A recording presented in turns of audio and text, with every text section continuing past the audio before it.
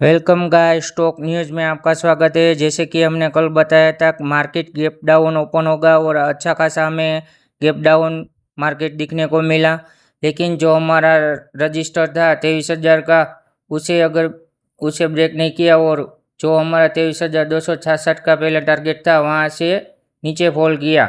ये तो थी कल की एनालिसिस। चलो देखते हैं निफ्टी में 9 जून यानी मंगलवार को एक्सपायरी है निफ्टी में, तो क्या प्रेडिक्शन रहेगा हमारा।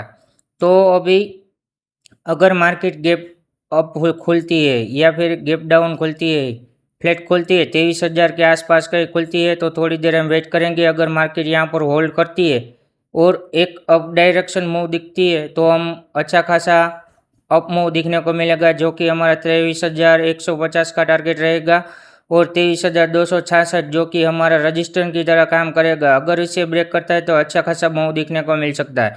अदरवाइज मार्केट 23,000 के आसपास कहीं आकर फंसती है और 22,960 का हमारा जो एक सपोर्ट है उसे अगर ब्रेक करती है तो एक अच्छी खासी हमें गिरावट दिखने को मिल सकती है, क्योंकि अभी जो वॉर चल रहा है उसकी वजह से एक हमें अच्छा खासा फॉल दिखने को मिल सकता है। लेकिन 23,000 ध्यान रखें एक इम्पोर्टेंट लेवल है, उसे ब्रेक नहीं करता तो एक अच्छी खासी अप मूव भी हमें दिखने को मिल सकती है और एक्सपायरी की वजह से एक बड़ा मूव दिखने को मिल सकता है। तो 23,150 को ब्रेक कर